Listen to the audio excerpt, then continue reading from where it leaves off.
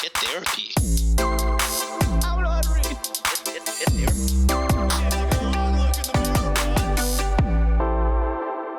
What's going on, WikiManiacs? It's your boy Josh here, live on a Wednesday with your boy John. What's going on, John? Hello, WikiManiacs. Are you guys sick of us yet? We've been going live a lot the past couple weeks. A lot of content this week. Lots of content. We are live and alive on YouTube, Twitch, and Patreon. So say hi to everyone. Hello. Patreon chat still does not integrate with the rest of them, so apologies for that. But yeah, BBJ said, "Yep, just unsubscribed." LOL. How dare you? But we're alive to do some Reddit stories today. John, how you been doing this week? I'm doing well, my brother. It's a beautiful day. I did an update. If you guys follow me on social media, I am officially 30 pounds down. So 1 year progress. So I'm pretty happy. 15 more to go. That's awesome, dude. Super proud of you.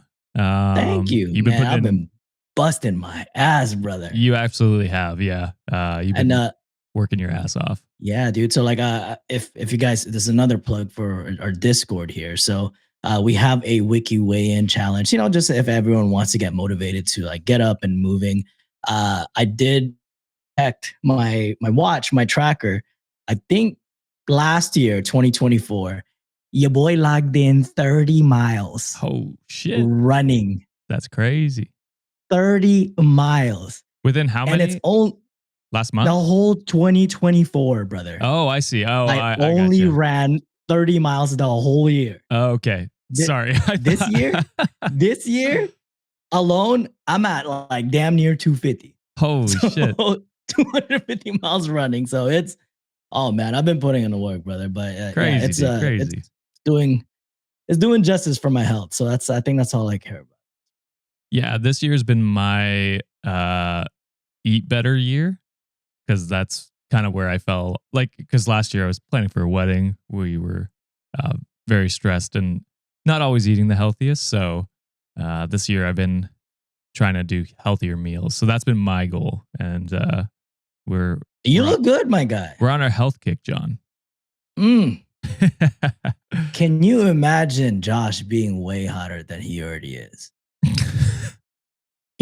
I think at this point, bro, you just gotta be you just gotta be a werewolf in Halloween. Just wear a flannel vest, no shirt underneath, and just like a werewolf mask. Interesting. God damn, that's everyone's fantasy right there. I think I just shared mine right there. Are we dressing up for Halloween this year? Should we? We could. I'm down. We could try. I'm gonna be a bread, I guess. A bread. Like a sourdough costume or some shit. Yeah, that the crumb jokes will be crazy on that one. It will be. It will absolutely be nuts. But yeah, I was trying to think of something. Oh, I'm very sore today.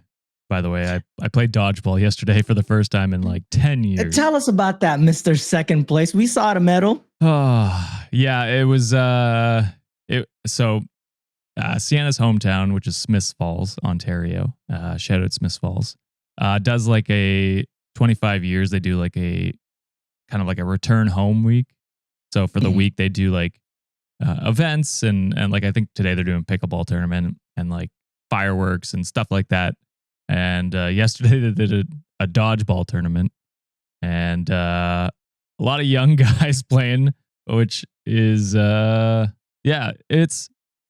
it's tough when you're in your first tournament and you're just like, these guys are all way better shape, younger than me. So, we did okay. We were definitely not expected to do that well. So we were happy with the second place finish, but the first place team was very good. So, very happy with our placement. You guys killed it. I was telling Josh, I was admiring his launch from, when you play dodgeball and you initially get the ball in the middle. That boy took off quick. I'm like, do we have an Olympian here? Oh my goodness. And he was telling me that he had a school record with track. Well, back growing up. I was like, yeah. Josh, I'm learning a lot about you, brother. It was a small school, so keep that in mind. Still. But anyway, yeah. So I'm a little sore today, so I am on the pain meds. So some Tylenols. But welcome to 30s, my guy. Yeah, it's rough. It's rough out here. But John, do you want to hop in, or unless we got some shout outs, I guess. We got yeah, let's do some shout outs. Yeah. Check out chat for some shout outs. Where's everyone from? While we're waiting for that, I'll give a shout out to our new merch, Honka Honka merch. Designed by Rachel in our Discord chat. Go to redditonwikishop.com to get that. Half of the profits are going to go to a good cause voted in by our patrons. Shout out, patrons. Shout out to the patrons and chat. Yeah, let us know where you guys are. So that way we can shout out like your location, where you're coming from. Oh, we already got one over here. Amy sent us a chat or super chat, sent us $10. Thank you, Amy. They put, John, did you notice things because easier with diet and exercise after you left corporate? And if you keep getting good at running, you can run from problems to avoid becoming a Reddit story. Amy, definitely the leaving the job definitely helped out because like my brain was super tired at the end of the day and I just didn't have any motivation afterwards. I will say diet does not exist in my vocabulary. Have you seen how I eat, Amy? So exercise is what I'm I guess this is just how I cope with things. This is also my way of disassociating with everything. But diet, I am trash, buddy. But thank you for the donation. We appreciate it. Hell yeah. Thank you, Amy. Shout out to Italy. We got Georgia, Utah, some Canadians in chat. Shout out to Stevie. Shout out Soakers. The DMV. Ooh, that is was it DC, Maryland, Virginia area, correct? If I'm not mistaken. Shout out. There, we got Buffalo. Hell yeah. Ooh, give me some wings. Just across the border. Albuquerque, North Dakota, Netherlands. Shout out Netherlands. I'm not even gonna try. That's Sean's job. Oh, we got a from Dallas, Texas there, John. Sadly as well, Catalina. I am also in Dallas, Texas. Southeast Michigan, which is the Detroit suburbs. Shout out. Spain. Wow. I heard y'all hate tourists, but as a Filipino, I think it is a right for me to go there and be a tourist. Y'all colonized my country for years and generations. Don't throw water at me. Yeah, I think that's fair. I think you get to go without being harassed. Shout out Frey, Philippines. Hello, hey. Kababayan. And then shout out Carolina, who says, "Hi, John. How are you feeling after SummerSlam? I'm pissed off." Smiley face. What happened at SummerSlam?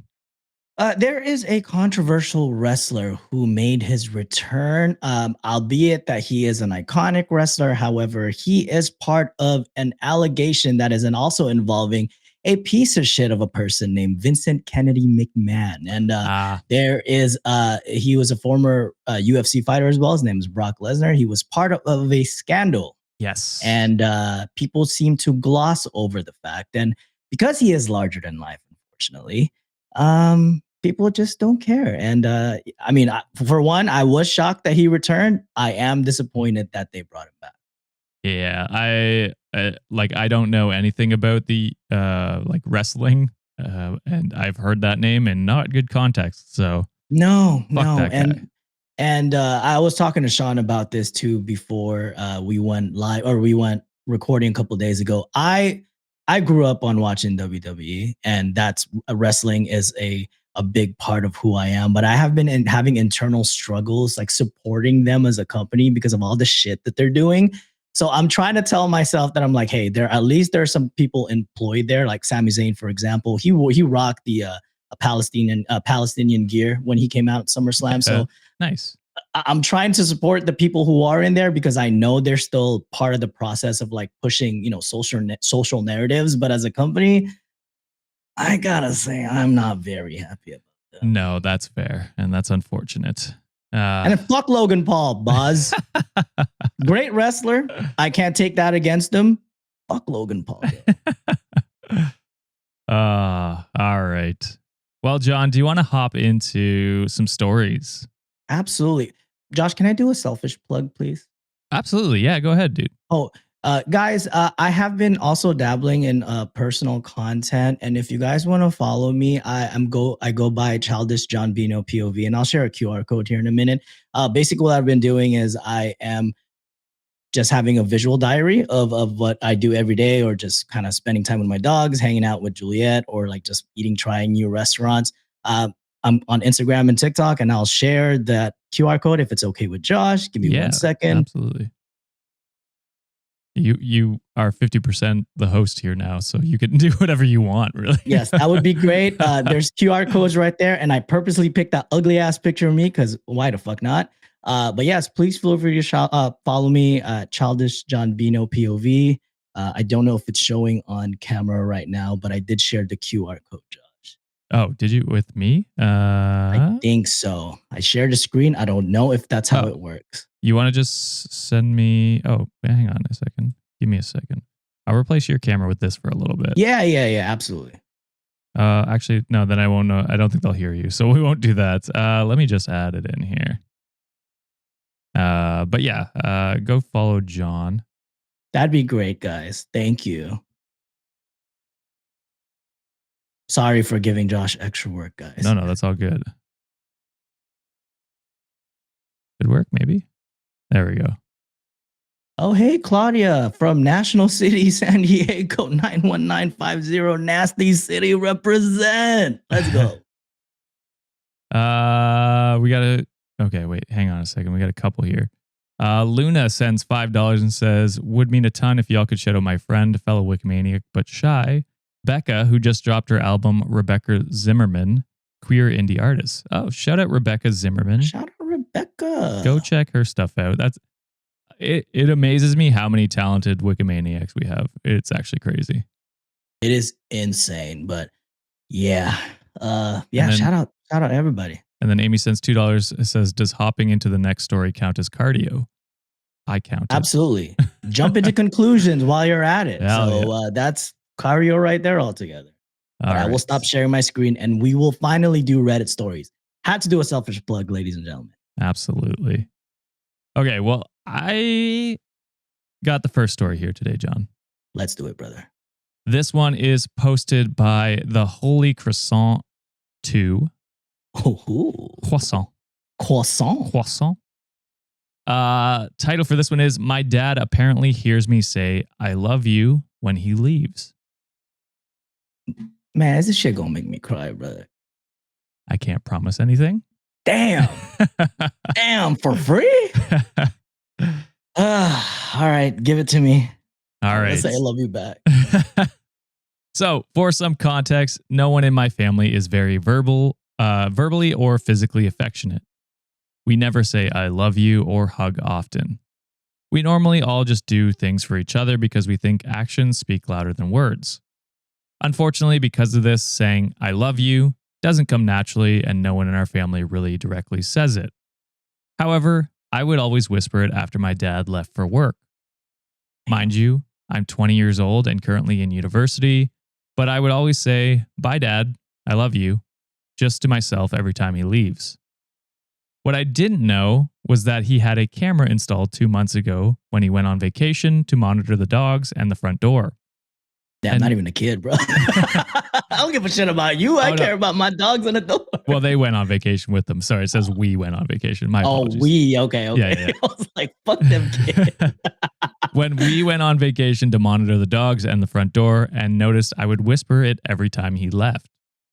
My grandmother recently died and he shared this to me to comfort me, telling me about how it's his favorite part of the day and how he would check the camera every time he got to work just to listen to it.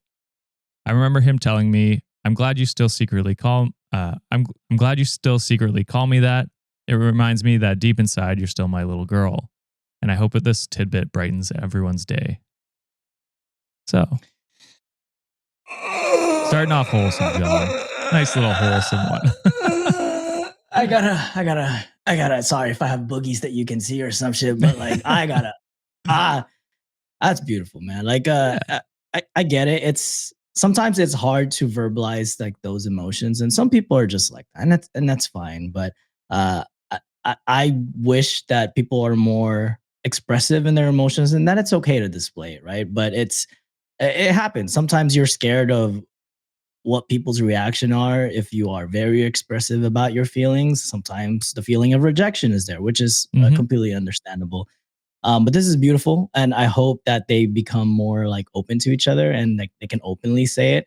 I have like a funny story too. Like when my dad like recently when my dad passed away before he did, for like 2 weeks, we also had like ring cameras around the house, at my mom's house. Well, because we wanted to kind of see him, see if he's doing okay, because my mom had to go back to work. So that way we can at least like monitor. So like, all right, does he need anything while he's recovering? And that way I could just rush there. For like when he passed away, for like 2 weeks that we didn't check that camera, the image was like stuck with him just chilling there for like 2 weeks straight, and it says like, hey, there's a camera error. I'm like, this is the best fucking error that we've ever gotten, because that's like the one of the last images seen of him. But it's one of those things where I have him posted right there, like as a picture, as a reminder every time. Sometimes I just pass by. I'm just like, you fucking old man, I love your ass, like this shit like that. Cause that's the type of relationship. Yeah. So, yeah, man, like just normalize telling people you love them, tell them how you feel about them. Cause you never really know what's going to be the last time you see them. So Absolutely. that's all I got for people. 100%. I always tell the boys I love them all the time, even though they don't say it back.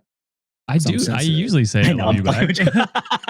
There was one time, like a couple weeks ago, where you said it under your breath in the microphone. No one heard me. I don't think people fucking understand that. I can't hear it all the time when he does shit like that.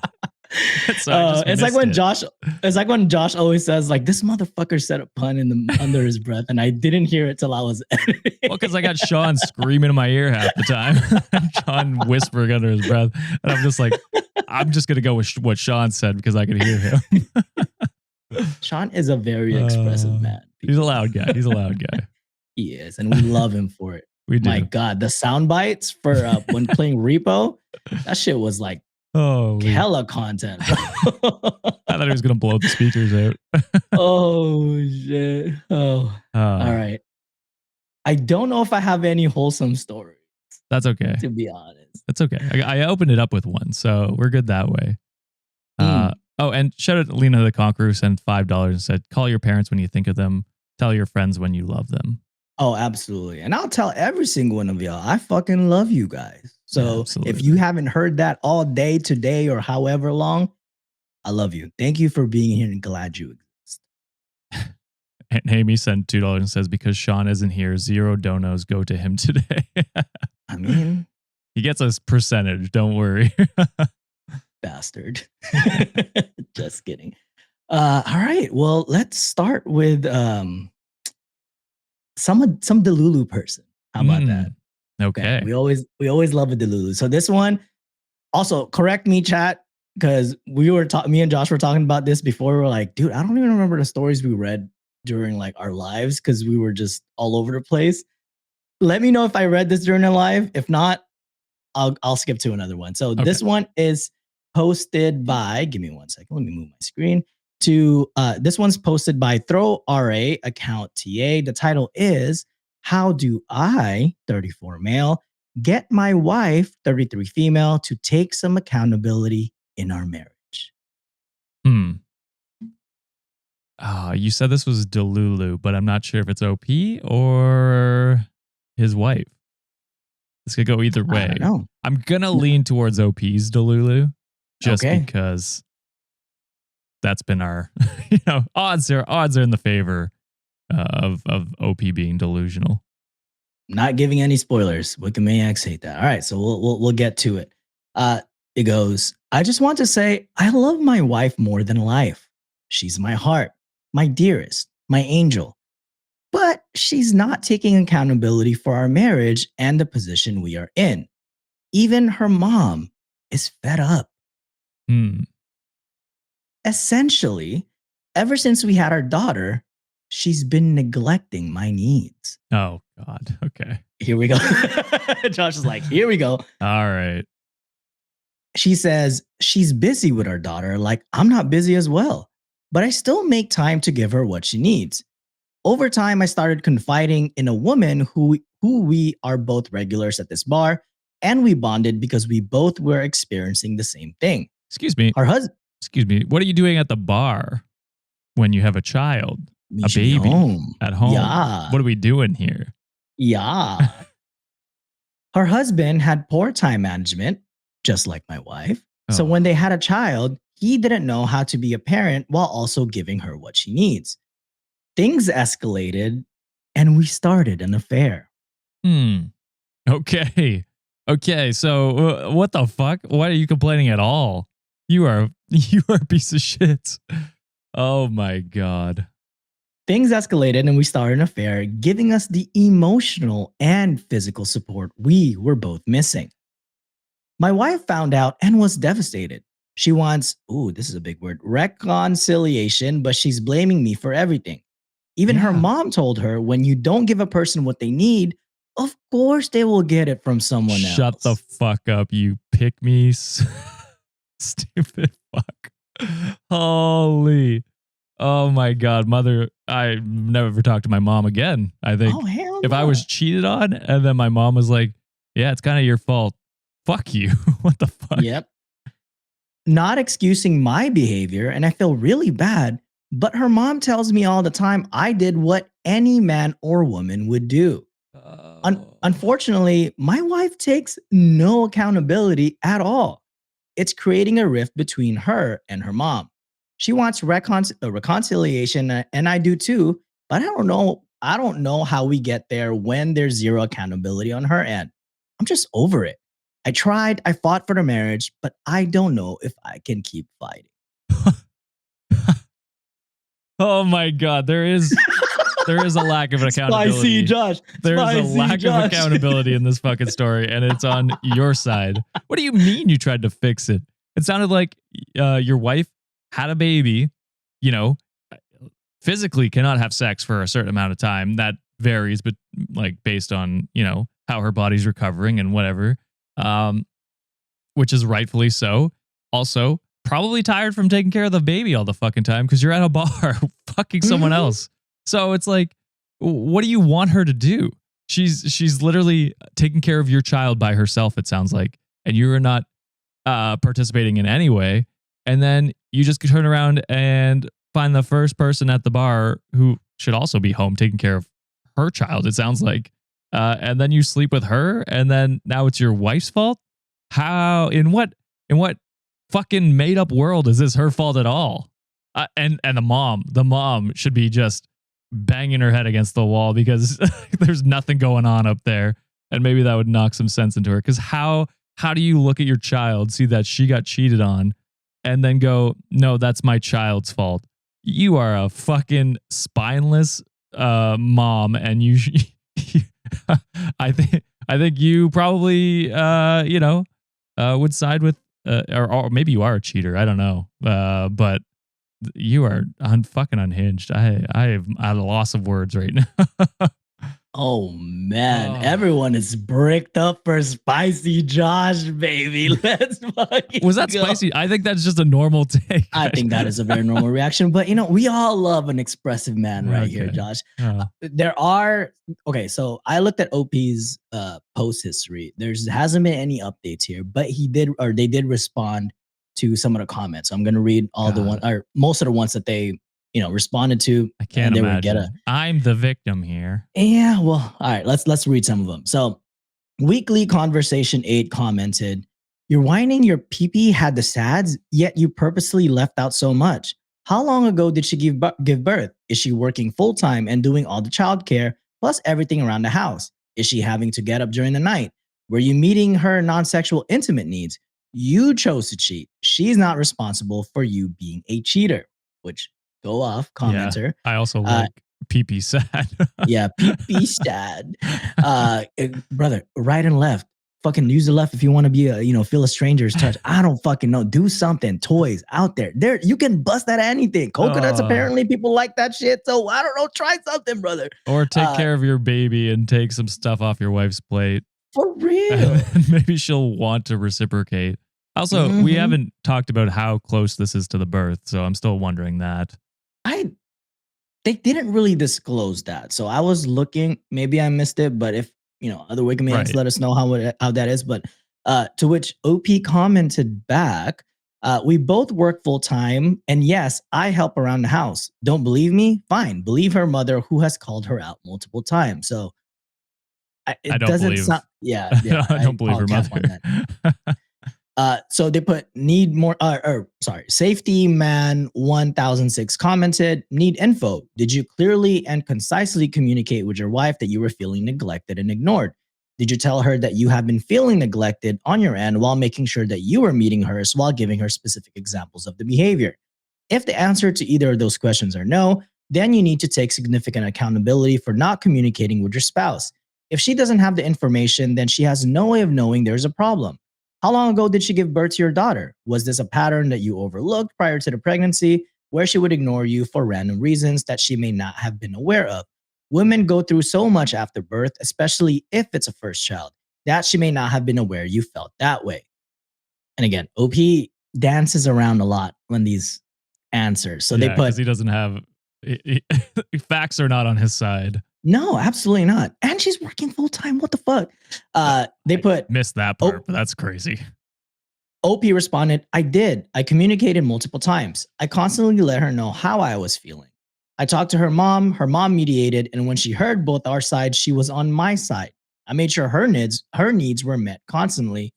Our daughter turns 2 soon. So that's actually like age of the daughter, like they're turning 2. But still, postpartum can extend so much longer than that. It's also like, I don't know. It's just, for me, it's like, even if she doesn't feel like it, like she doesn't have to have sex with you. You know what I mean? You don't have to. And then, to me, it sounds like he might have just been badgering her for sex. But yeah, I don't know. It sounds like he's just saying whatever he can to get out of the bullshit that he originally posted. Yeah, mid-score, that was what I was thinking too. Like, is it 2 weeks, 2 months, 2 years? Like, they danced around a lot of the questions. For a while, yeah. Honest. And they're always, like, a lot of their comment history, they're deflecting back, saying that, oh yeah, her mom is on my side, therefore I'm correct type shit. Ever considered that your mother-in-law might be a fucking terrible person? Yeah, she might suck too. Maybe you guys should go, should have gone to professional therapy and worked it out that way, because I don't think having a mediator be a family member is a good thing in this scenario. So I don't know. You failed in many regards, OP, and the fact that you're at a bar this constantly with a 2-year-old tells me all I need to know. Damn, BB Jay-Z, BB. Anyway, I can't read it. There's an OP sleeping with the mom. Holy fuck. That would be nuts. She's the one at the bar. Gas. Mind blown. Motherfucker. God damn it. Oh man. Well, that one was disturbing. I love bringing that out of you, Josh. That was fun. Thanks. I love making you cry, and you love making me angry. Yeah. Quick shout out to Parmesan, who sent $2 and says, "We love you boys too." Heart emoji. Thank you, Parmesan. Parmesan's about to be my new best friend. I'm gonna reach out to, because I told them I was going back to school, and they're apparently experts in a certain field that I want to get into. So hell yeah, we're gonna be besties. I'll tell you that. You have a study buddy. Maybe. Amy Cake sends $5, says donation to the free Sean fund. Got to try and make up for the other Amy winky face. The Amy's are fighting in chat. Not actually. And then we had one other one here. Oh, shout out to the other Amy who sends $5, says Kevin is already having all donos rerouted to his bank account. He's taking Chloe in a limo to an expensive steakhouse and buying Gucci collars. Whoa, Kevin. That would be nuts. You stealing from us, Kevin? Mother. Yeah, it's both of them. Like both Chloe's and Kevin's birth month are like 1 month apart. So Chloe's turning 13 this month, and Kevin's turning 3. We're gonna take them to a sniff spot and let them wander around and let them eat cake because our babies deserve everything. Hell yeah! All right, let's move on to the next story here. Let's do this one here. Ooh. Posted by Atypical Cloth. Title is, Am I the asshole for messaging the husband of my husband's affair partner? Messaging the husband. Wait, say that again. I'm sorry. The husband of my husband's affair partner. So the affair partner's husband. Oh, no. No. Yeah, save them. Save them too, because, you know, I fucking love outing cheaters out in public. Fuck it. Not the asshole, by the way. Yeah, everyone in chat is agreeing with you right now. So we'll hop into it. I found out my husband of nearly 20 years is cheating on me for the second time. I know, fool me once and all that, but needless to say, my blood will not stop boiling and we will be getting a divorce. I just had a hunch that this affair partner was also married. Something about my husband's comments about her didn't add up. Since he was too checked out to even bother with a burner phone, it took about 5 minutes with the phone bill and 15 minutes of Googling to find an email address for her husband. I'm not on Facebook, so probably would have been faster if I was. I sent him an email, and within 5 minutes, my husband was texting me asking me what I had done, saying I destroyed a family today. All I could say is I wish someone would have told me the first time he cheated, so I wouldn't have hung out with the woman and been friendly. This guy is in a similar situation as he and my husband know each other. I actually sent the email from a burner email and didn't out my husband in case I was wrong somehow, but it's clear to me based on my husband's comments that AP named him. AP meaning affair partner. Affair partner, yep. The affair partner swears she's been trying to end things with her husband and he won't listen. Maybe that's true, but it's also possible she's totally playing my husband and hasn't said anything to hers. Affair partner's husband wants to talk to me and I'll probably call him. So am I the asshole for telling my husband's affair partner's husband about the affair? Did I destroy a family? And should I have kept my mouth shut? My blood is boiling. My blood boiling may be clouding my judgment. The lion, the witch, and the audacity of this bitch. My goodness. And I think someone said on a chat too, I think this was a Patreon chat, love it when they blame the messenger. Absolutely. There was no one that ruined this relationship besides the two cheating mothers. Yeah, him saying you destroyed the family is the most ironic shit I've ever heard. Destroying a family. Doesn't give a shit about your family. For real. It's like, no, you destroyed the family. Like, no, motherfucker. You destroyed both families when you decided to sleep with her, as did she. You're both responsible. Everyone outside of that is allowed to do whatever they wish. The fucking gaslighting is crazy.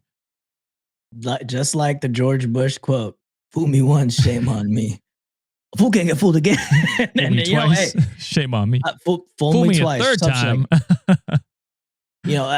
It takes a lot of mental resolve to forgive and possibly try to move on for a first, encounter of infidelity. Yeah. Could never be me, to be honest. That's like a one and done type shit for me. That's fair. Yeah, especially like 20 years. And I think that person, the cheating partner, that wasn't the first time. It's just that that's the second instance that he just got caught in the situation. So I don't know. I don't trust cheaters, man. Like they're just shady motherfuckers. Yeah. Well, and he's like, hasn't taken any accountability. The deflection of the blame is nuts. Like, what are you doing? You're destroying bitch. Yeah. 100%. And then Reddit team, not the asshole. And writing M Romance said, funny how your dickhead husband didn't give a shit about your family. The only reason he's concerned about hers is because he's not going to keep getting laid now. And then they say he can dry hump a cactus into the sunset. Yeah. Which I think is a wonderful picture. That's That's gotta hurt your prick. This is back-to-back sad pee stories. It is sad pee stories. You're right. Oh, that's a merch. Sean's gonna get confused again. Like, why do we have sad pee merch? Don't worry about it. I have no idea how we brand that one to not get taken down. No, we can expand on a video game. It could be like us as RPG characters. We can no longer make moves because we have sad peepees. Or it's two like letter P's back to back and they're sad. Ooh. Yeah. Thoughts. Someone is smart enough to be able to conceptualize that and actually put it in an art form because it ain't quick shout out to Billy who sends $1, and then shout out to Susie who sends 50. That's Philippine pesos. Thank you. Says hi, just something to support Free Sean Fund. Thank you. Oh yeah, thank you, Susie. And who was the other one? I missed the name. Shout out Billy. Billy, yeah. Yeah. Oh, go ahead, Josh. Justine has 2 like peas emojis. That's another idea. Peas, sad. Peas. Peas. Don't prove I'm right. I love that song. I just bump Sabrina Carpenter all day, to be honest. Oh, hell yeah. All right. Oh, Billy with another $1. Thank you, Billy. Thanks, Billy. All right. Oh, it could be sad Pepe, but just be sad Pee. Well, didn't we find out that was problematic? That was problematic. So we're not calling Sean that anymore. But no more Pepe memes for Sean, people. Oh, that was great. All right. Moving on to the next story. This one is posted by ThrowRA userman1. And this one is from r/relationship advice. The title is, how do I, 31 female, confront my sister, 29 female, about her distance? About her distance? Her distance. With the family? I think it's up to them. Maybe. But, well, I don't know. A phone call, I guess, since she's so distant. FaceTime exists, right? Yeah, I don't know. Yeah, like first person said, just call him. Yeah, I don't know.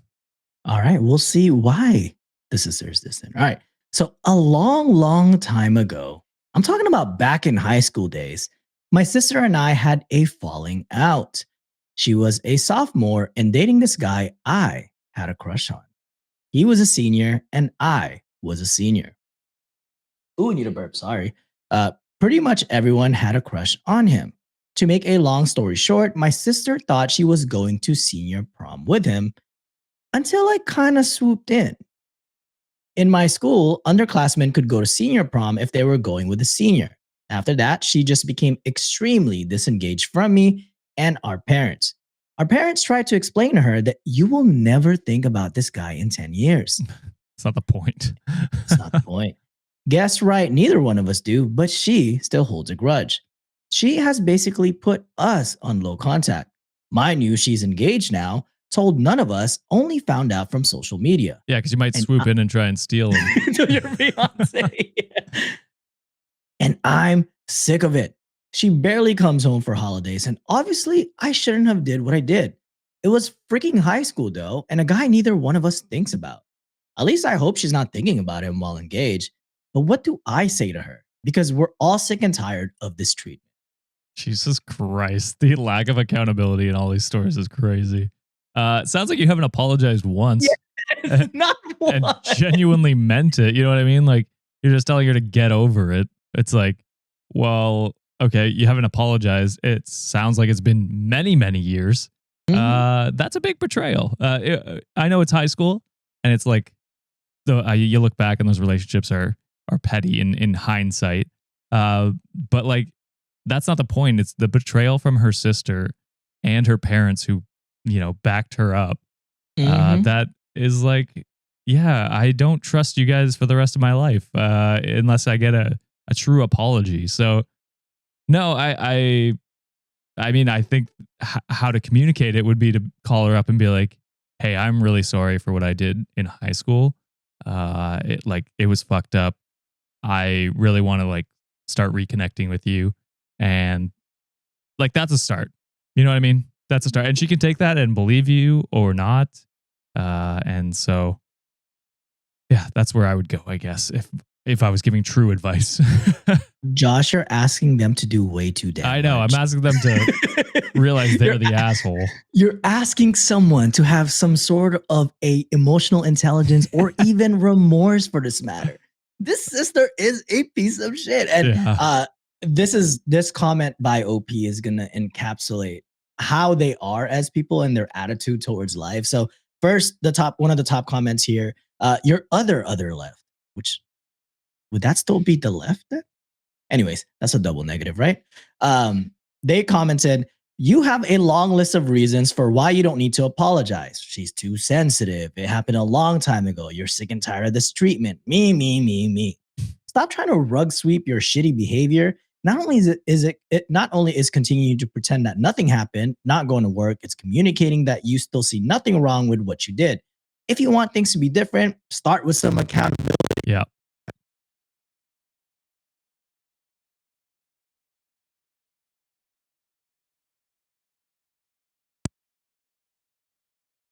That the hurt you caused, make amends, and ensure it won't happen again. You've done none of that.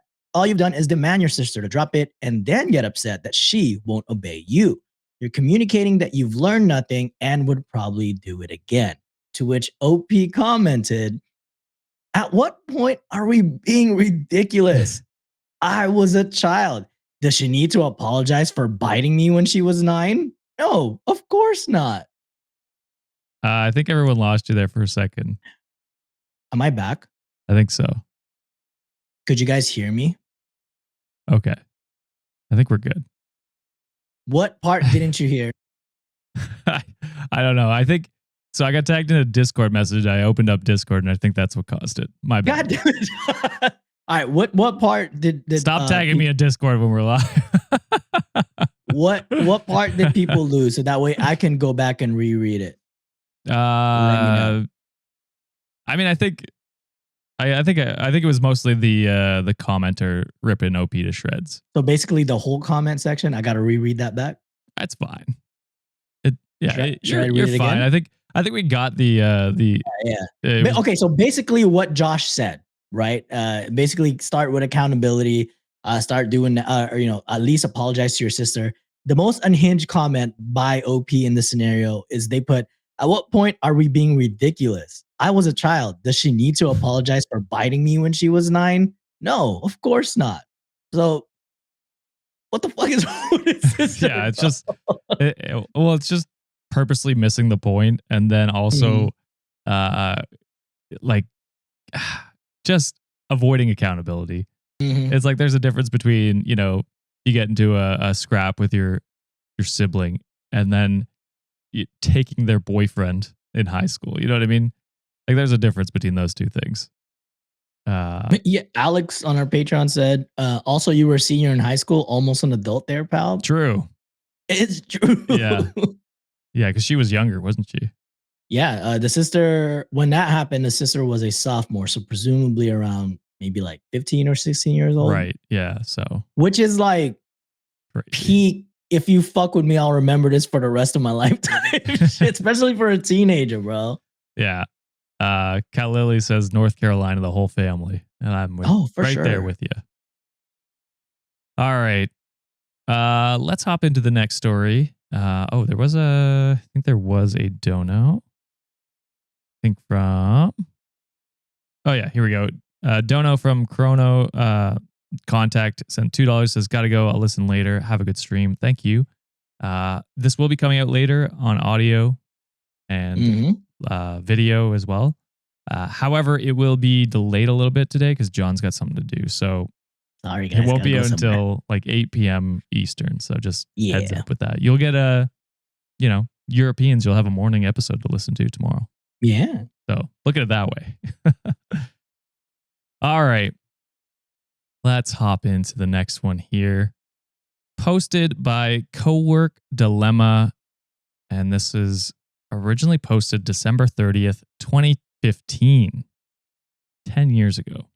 Damn. That's crazy. A title for this one is My 31 Female Husband, 33 Male of 4 years has a weird relationship with his pregnant coworker, 23 female. I'm not sure if I should be worried or not. Define weird relationship. Well, they will throughout the story, I think. Does he have a thing for pregnant women? And also illegal? Illegal, yeah. I got a new setup here, guys, so I just got to find the button. That didn't play, did it? I didn't hear it. Damn. It's unfortunate. Well, it is what it is, I think, because I don't know how to fix that. I'll jump in if you need it. If you need the button, I'll do it. Wait. It's gonna be Sean. Illegal! I got it. Crispy. I like it. All right. So, my husband has worked with Kelsey for the last 2 years, and I never thought anything about their relationship was strange until now. For the past 5 months, the amount of times that has lapsed since my husband, for the past 5 months, which is the amount of time that has lapsed since my husband found out that Kelsey was pregnant, he has gone out of his way to support her in a way that has made me uncomfortable.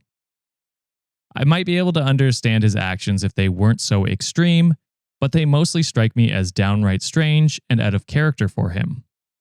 For one, when he found out she was pregnant, he came to me and asked if he could give her $1,000 to help her with some of her expenses. He said that Kelsey's baby's father was out of the picture and she was struggling. I don't know Kelsey personally, but I can sympathize with her situation. I agreed to let him write her a check for $250. I did think this was odd, though, because my husband has never been all that charitable. I've never known him to be the type of person that goes out of the way to help a coworker or a stranger, but whatever. Was he charitable with his sperm to her or what? Like, what's going on? Is he the baby daddy? Well, let's see. Mm. A few weeks later, my husband came to me and again asked me if we could help Kelsey out. This time he wanted to buy her a pram. The one he had picked was quite expensive, so I wasn't comfortable with just giving him the okay. We spent about a week discussing it before we finally agreed to purchase a cheaper one for her. This came after he asked her if the second one would be okay. I took this opportunity to ask him how much more money he wanted to spend on Kelsey and her baby, as we had already spent $500 on them at this point, and I was starting to get concerned. We had a fight about this where he accused me of being selfish. He said that he was trying to do a good deed for someone, and he thought that I would be happy to support a young mother-to-be like Kelsey and her baby. I did feel a little guilty afterwards, so I backed off. Something ain't right here, brother. Something ain't right at all. Fast forward to last week, I found out after the fact that my husband had bought a $150 gift card to Babies R Us for Kelsey as a Christmas present. We had another fight about how much money he's spending on her and the baby, and again, he accused me of being stingy. I asked him how much more money he planned to spend, and he told me that he didn't know. I asked him if he could see how this situation could make me uncomfortable and how it might lead me to think something was going on between them. He said that he was disappointed that I would think his good deed was anything other than him trying to help a coworker. He has been giving me the silent treatment since that fight and making passive-aggressive comments, which is frustrating. I can't get him to understand that my concerns are legitimate. Besides, it's not like we have the ability to keep spending this kind of money on Kelsey. In addition to spending the money, my husband also has spent a lot of time helping Kelsey in other ways. He spent time fixing up things around her apartment before the baby comes and doing other odd jobs for her. All of this makes me extremely uncomfortable, but anytime I bring it up, he accuses me of trying to stop him from helping someone in need of assistance or being greedy. He won't acknowledge what I think is very worrisome behavior. At this point, I wonder what I'm supposed to do. I think he really is trying to do a good deed, but part of me worries that something else is happening. I don't want to believe he would cheat on me, and he's never given me a reason to suspect this, But I can't help but wonder sometimes, especially when he's gone with Kelsey to her OBGYN appointments on 2 occasions. No. Though he claimed it was because she needed a ride. Does he have a point? And am I being selfish for hassling him over helping Kelsey? How should I try to get him to understand his behavior is making me uncomfortable? I'm not sure how I should handle the situation. Nothing seems to be working. Hell no, you're underreacting if anything. Yeah. All right, so the part where people are gonna be helpful towards possibly like a brand new mother, I get that part, sure, but you do that as a collective unit at work. The moment things get super personal, like hanging out in her apartment to fix stuff around the house, Mm-hmm. and then going to OBGYN appointments, it seems like not even just just to check the status of like the kid. Bro, that's your husband's kid. Yeah, it feels like it, doesn't Yeah. it? Yeah. And the fact that like you brought up some concerns like, hey, I'm uncomfortable about this. If there was no connection whatsoever, as a partner, you hear your spouse says like, hey, I'm not feeling this. I'm not comfortable with this. And you repeatedly tell them, you're fucking tripping. Yeah, you're hella selfish. Like, what are you talking about? What in the hell are you hiding or deflecting in this situation, my guy? Yeah. We got to call Maury on this bitch. Yeah, that's the thing where it's like, even if there was nothing and you brought concern to him multiple times and he brushes you off or, gaslights you into thinking you're the problem, that's where it's like, okay, well, I now don't care if you're cheating or not. You're being a neglectful partner and not at least acknowledging my concerns and worry, which is very, valid. These are all valid concerns in my opinion. So, yeah, you are underreacting, as John said, and I would, threaten divorce until he tells you the truth. And then absolutely. When he tells you the truth, it's probably divorce. You know what I mean? Yeah, this, if anything, even if like, let's say nothing really did happen, which is doubt, in this situation, y'all have a lot of issues that you need to resolve in possible like couples therapy, because that neglect and his whole fixation about helping someone, therefore, and like kind of ignoring you along the way, that's going to be a hard thing to recover from as a couple, in my opinion. Mm-hmm. So there are some relevant comments here. First one from Misery Loves Computers says, sounds like she's pregnant with his child, to be honest. Mm-hmm. OP responded, it does seem that could be true. The only thing is he's never given me a reason to suspect him of cheating. No late nights at work, no business trips, no other odd behaviors.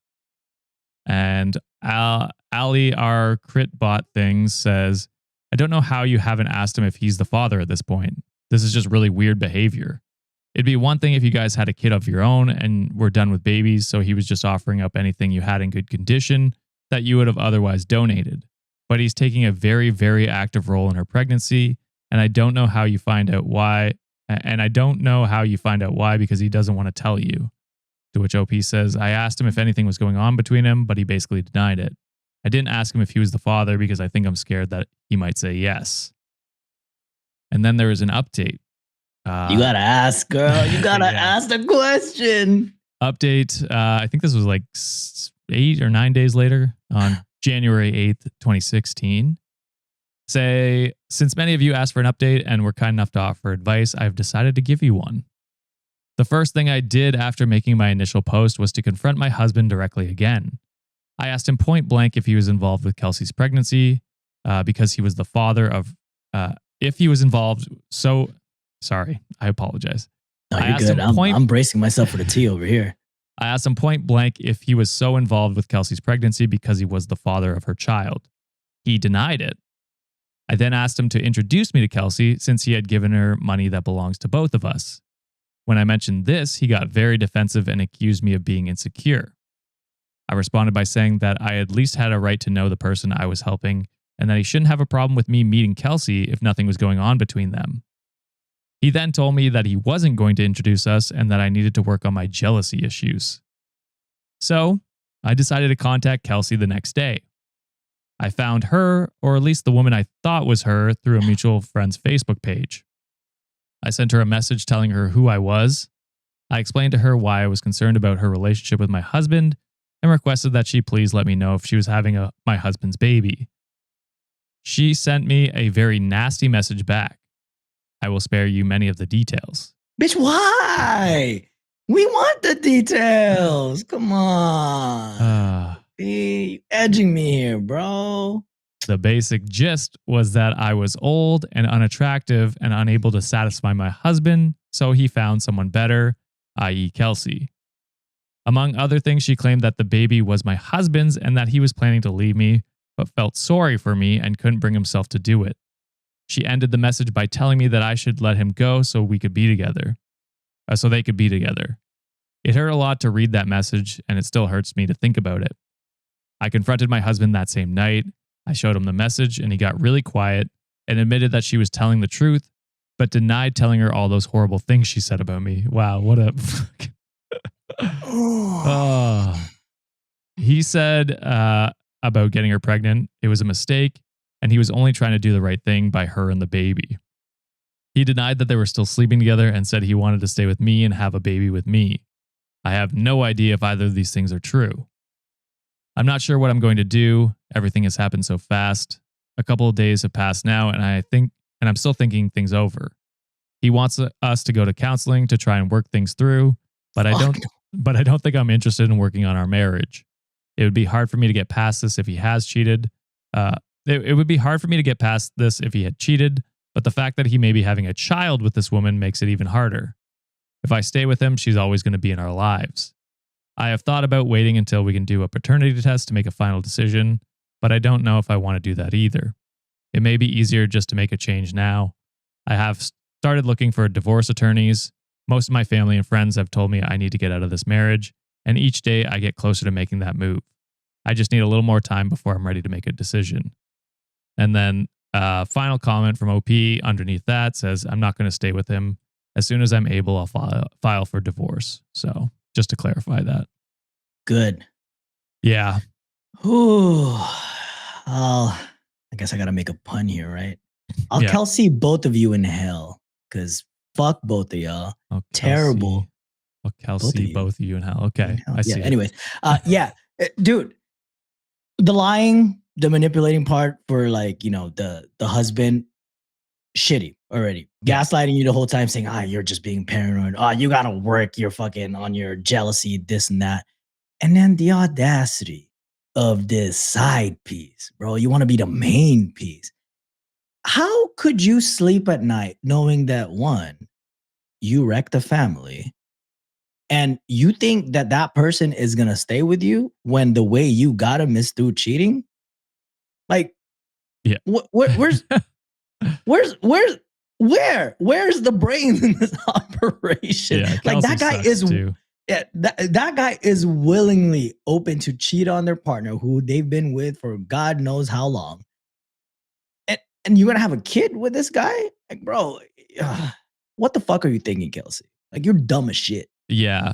And for the husband, like afterwards to be like, oh, I didn't tell her that other stuff and we can still work on our marriage and I still want to be with you. It's like, motherfucker, you were trying to hide this the whole time. You would have been absolutely fine with her not knowing. And so this isn't you, quote, coming clean or anything like that. This is her finding out herself and putting in like extra work rather than you just telling her the truth. So I wouldn't trust you either. And there's no salvaging this marriage. No. You're a fucking piece of shit and you used your wife to get money and you just, probably did say that shitty stuff to Kelsey as well. Also, fuck Kelsey. She sounds like a terrible person as well.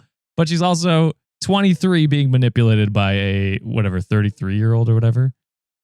So it's like she's slightly less of an asshole than him, but she's still a fucking asshole. No. Hell no. I ain't giving her no fucking credit about that shit. Well, maybe there's a power dynamic going on in well, it's also like he is the one who committed to the marriage, right? True. He's breaking that promise.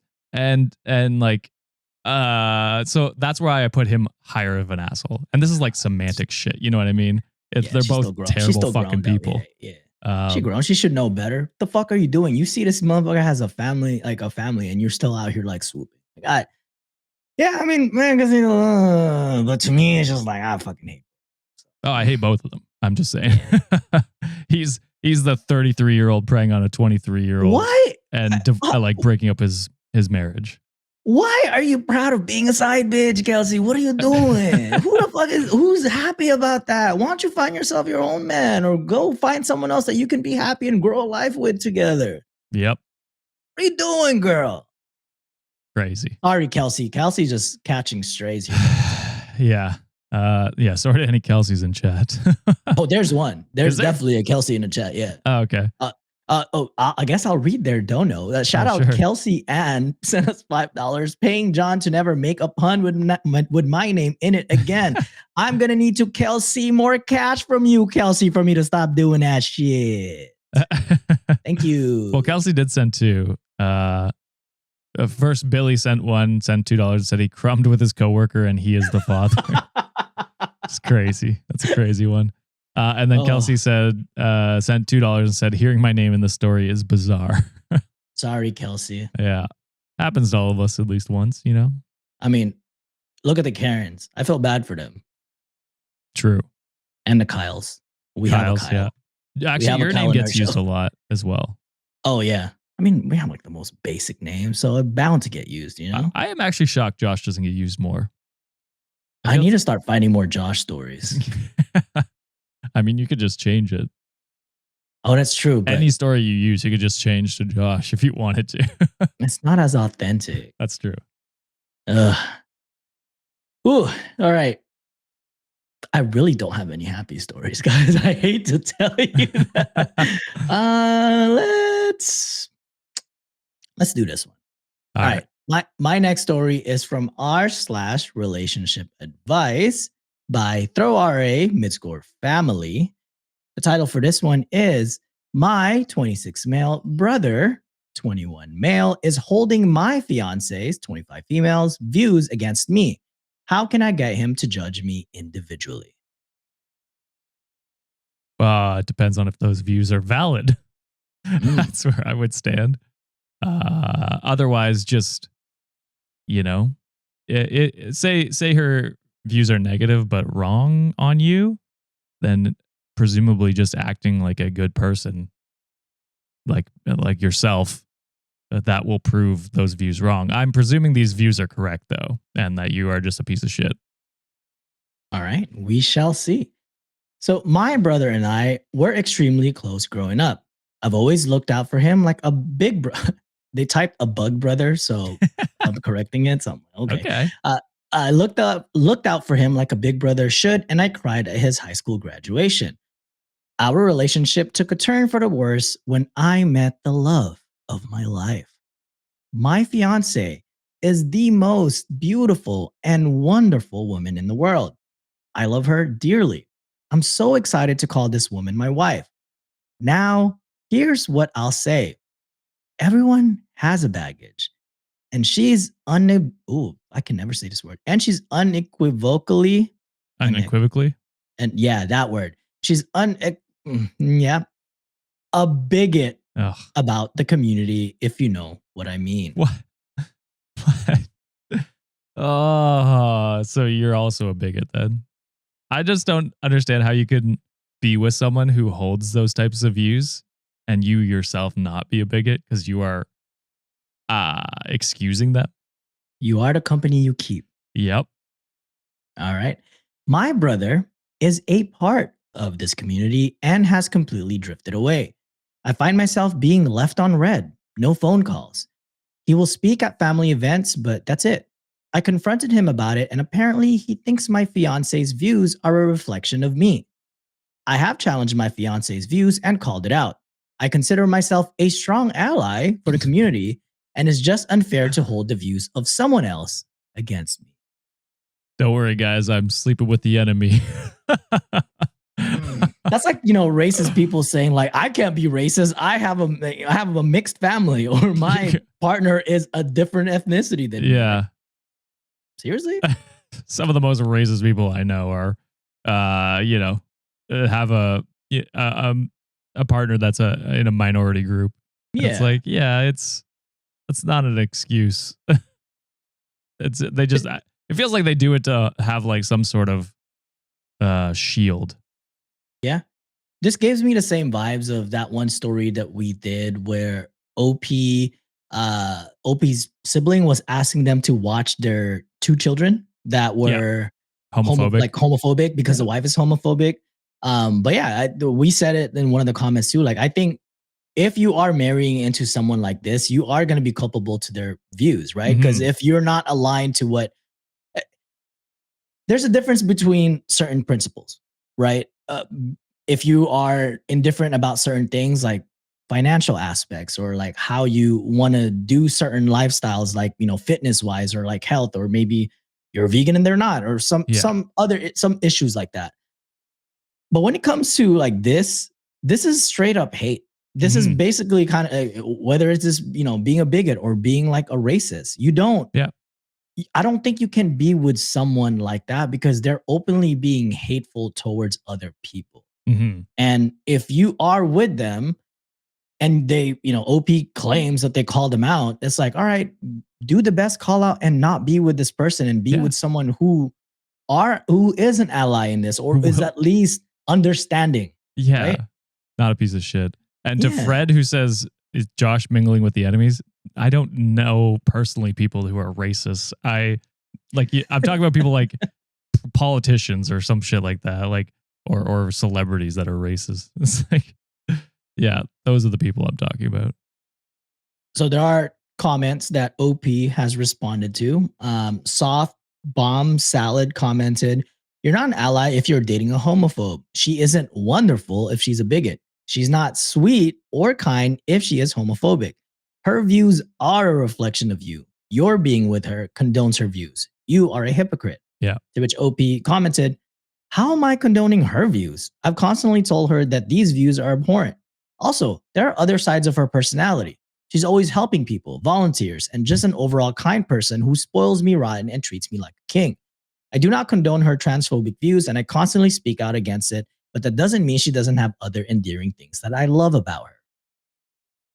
That seems like a very big part of a personality. Part of me thinks they're fake as fuck too. It's like, all right, if you are a truly sweet and nice person, I think that should extend to everybody. You would be sweet and nice to everyone who deserves it anyway. Everyone who deserves. I was gonna say, like, you can be openly hateful towards fucking piece of shit people. That's fine. I think there's certain people that I'm like, you know what? I don't fuck with you because you're a terrible person. Yeah. You know, sometimes bullying those people is fun. Yeah, bully Greg Abbott. Yeah, fuck that guy, Hot Wheels. Anyways, Texas is so controversial right now. It is pissing me off. I'm trying to like not, you know, doom scroll. Otherwise, I'm gonna go insane because I hate living here. That's fair. Another comment was T Kaiser put, "There's absolutely no excuse for your choosing to be with a woman, not knowing full well how she views people who have done her no harm. You chose her, and he treated you appropriately." To which they responded, "I have told her that her views are abhorrent and disgusting. That being said, she's a wonderful woman. She spoils me rotten. She's sweet, kind. Everyone that meets her will tell you she's the nicest person you'll ever meet." Except for you. Let's look at the full picture. Because you're surrounded with people who are probably bigots too. Yeah, and like bigots. Yeah, that's exactly what it is. Oh my God. It's like, oh, she's nice to me. Yeah, but she treats other minority groups terrible. It's like she's not a good person.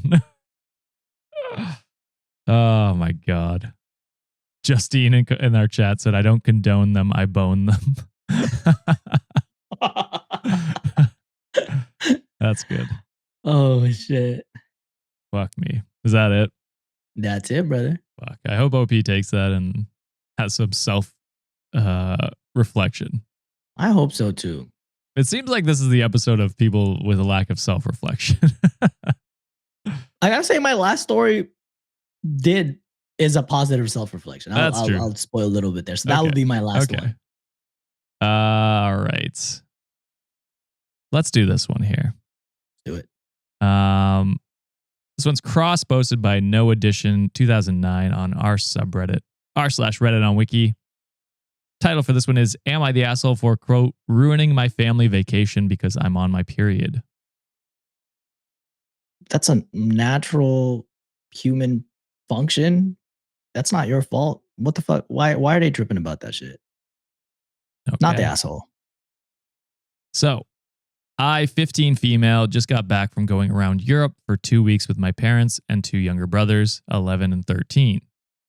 A few days before our flight home, I got my period and it was bad. Being already tired from traveling and being away from home didn't help with my nausea, cramps, and no energy. To make it worse, we had a full day of walking and sightseeing planned ahead of us. I asked my mom if I could just stay at the hotel and rest as I was in pain and really couldn't be asked for any of it. She told me she knew it wasn't pleasant, but to try and push through as we were only going abroad once a year and she didn't want me to ruin the vibe. Gotta say, you're traveling to Europe once a year? What the fuck? Yeah. I wish. Same. Meanwhile, I'm going on vacation. I know. You can't say anything. Shut the fuck up. I go on like 4 vacations a year. It was awful. We spent the morning climbing up this hill to see a view from the city, from a church. And my brother, the whole way through, kept complaining about me needing to take breaks frequently to sit down while my parents just basically let them and didn't tell them to shut up. What really pissed me off was them loudly embarrassing me in public at restaurants about how many bathroom breaks I needed, and they kept telling me I was killing the mood. They say off topic, but those free street bathrooms in Paris are nasty. Nausea face. I've never been to Paris. I can confirm it. Okay. When we got back to the hotel, I got into a massive argument with my mother and said a few things I admit were out of line and that I regret. She told me to remember how much money it cost for all of us to take this trip and told me to be grateful. The final day of our trip came and she finally just let me stay at the hotel and rest. I know my parents work really hard for us to go on vacation and I was a bit rude to her, but I was in pain and I feel like everyone could have at least tried to pretend to give a shit about me. So am I the asshole? No, absolutely not. Look, I'll get the first sentiment. I'm just like, oh, we kind of spent a little bit of money. Like, you think you can try to push it? Like that first initial question, I think that's valid. That's okay. But the moment someone says, hey, I really can't, I'm hurting, you don't push it afterwards anymore. It's like, all right, well, if you need anything from us, let us know. We'll stop by the hotel, get you everything you need. So that way you're comfortable. And then if you're feeling better, call us, let us know. Then we'll pick you back up type of shit. Yeah. If it was that type of like, understanding, then there would be no issues here whatsoever. But the fact that they keep weaponizing her like, oh, you're terrible, you're ruining our vibe because like you're fucked up. I'm like, bitch, first of all, she's already hurting. It's not her fault that it just happened. It just happened to like come there like time of the month while they were traveling. Yeah. Also, if they live in the US or like just the traveling, that affects a lot of like people's cycles sometimes too. So that maybe like the stress of traveling is affecting her more. But yeah, the only people that ruin the vibes is the family because they could have just gone and did their shit the day or for the whole day and just go back to OP and say like, hey, this is all we did. If you're feeling better, would you be up to trying tomorrow? If not, that's fine type shit. Yeah. So shitty family. I don't like it when people guilt trip people just because like, oh, you spent this, you spent that. Like, yeah, I get that. But I'm also not going to fucking sacrifice my well-being just so your ass can fucking have like your perfect Instagram picture or some shit. I hate this family. Oh, 100%. I think it's absurd to demand they go. It's like, yeah, I don't know.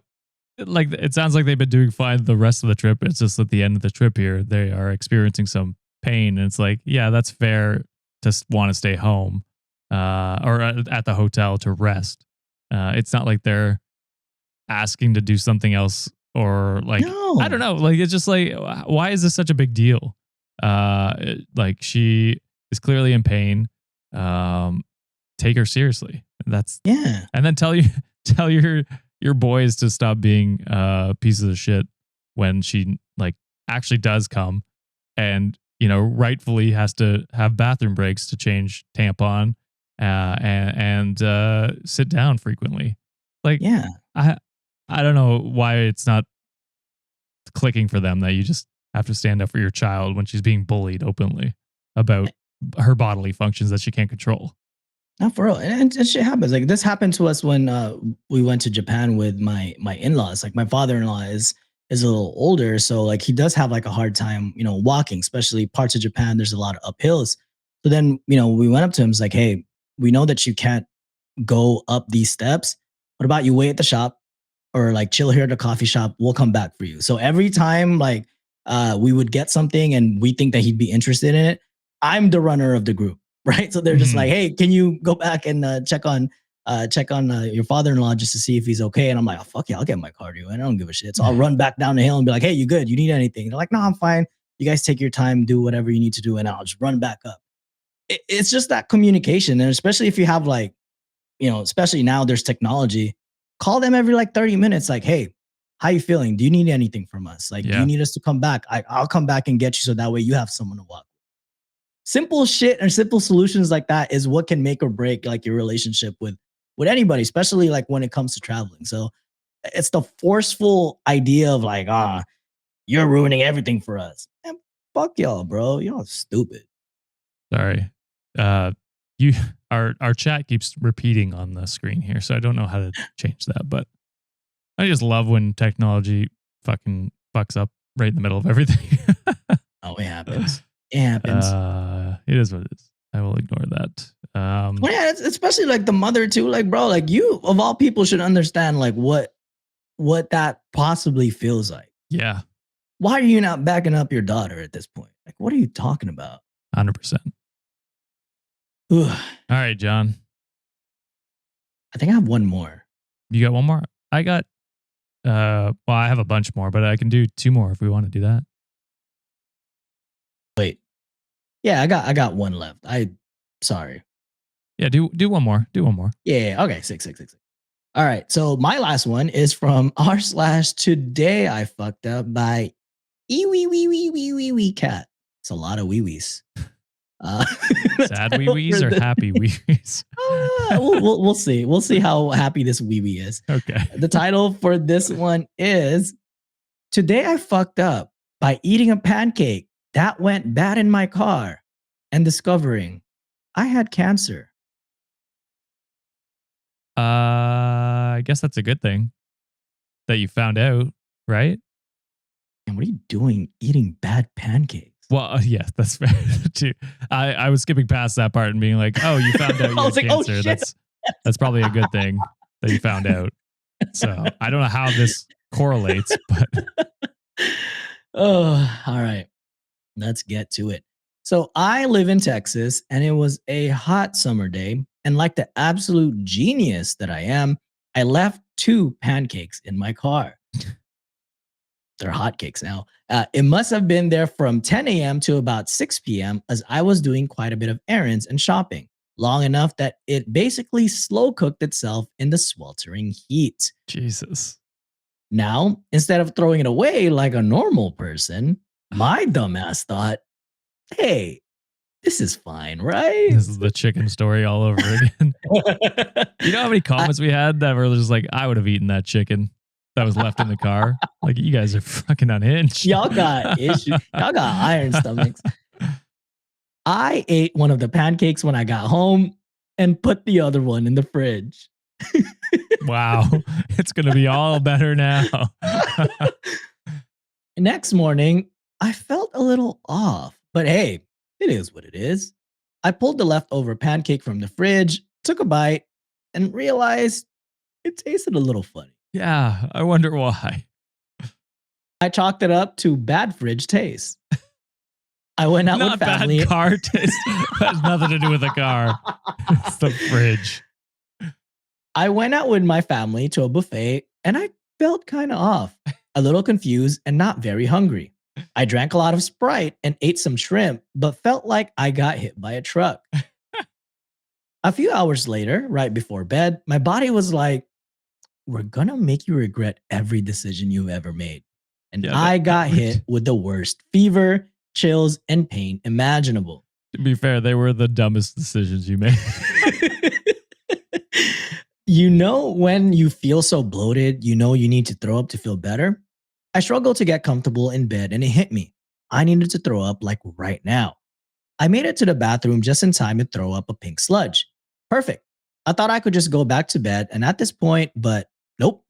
I must have thrown up at least 8 times. My throat was absolutely raw at this point. It was like 2 a.m. I had work in a few hours, but I had this feeling where I just felt like I was dreaming and I was pretty confused.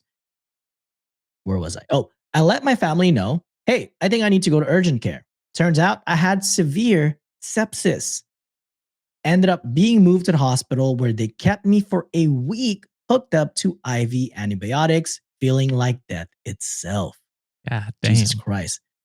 While they were running a bunch of tests and scans, the doctors were like, hey, you've got cysts on both ovaries. You might want to check that out. But wait, there's more.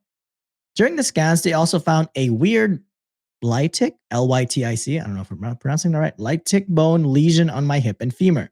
More tests, more scans, and surprise, I had multiple myeloma. Am I saying that right? Sure. And those ovarian cysts, long story short, surgery happened this past week and I lost both my ovaries. Turns out those cysts weren't just cysts. They were teratomas, aka creepy tumor babies that had hair size of lemons. Both of them. That's huge. So, to recap, my incredibly dumb decision to eat a sun-baked pancake somehow led to finding out I had 2 ovarian monsters and cancer. If I hadn't gotten sepsis and ended up in the hospital, I wouldn't have known until way later, and things could have been much worse. So, in the most messed up way possible, that stupid pancake might have actually saved my life. I mean, I guess a good thing, but not a good rule of thumb to eat car pancakes. And whatever else you fucking ate that you were throwing up pink. I could. What did they eat? They didn't say? They went to a buffet and they said they ate a bunch of shrimp. Oh, that makes sense. Why it was pink then? Okay, that tracks. I don't think I could throw up pink and then look at it and be like, I am okay, back to sleep. Bitch was like, I'm glad, but what did we learn? We learned that every once in a while you should eat a bad pancake and then get just tested. to get checked. Absolutely. They did put a little bit of edit here for some clarification. They put the pancakes were from a restaurant I went to that morning. I asked for a to-go plastic box and I placed that box in the back seat and just left it while I ran errands. And they put, I suspect it was the pancakes and not the shrimp because by the time I was feeling super sick, it had to have been 25 hours since having the pancake and maybe an hour after the shrimp. Plus, my brother gave the extra pancake to our dog, who subsequently had violent Hershey squirts and had to be taken to the vet because she wouldn't eat. She got better after antibiotics. I think the pancakes hit hard because of the underlying undiagnosed cancer that lowered my immune system. Plus, I would take Zofran, an anti-nausea medicine that would keep me from throwing up a lot, and a lot of Pepto-Bismol. So my body couldn't get rid of the pancake until the next night after Zofran had already worn off.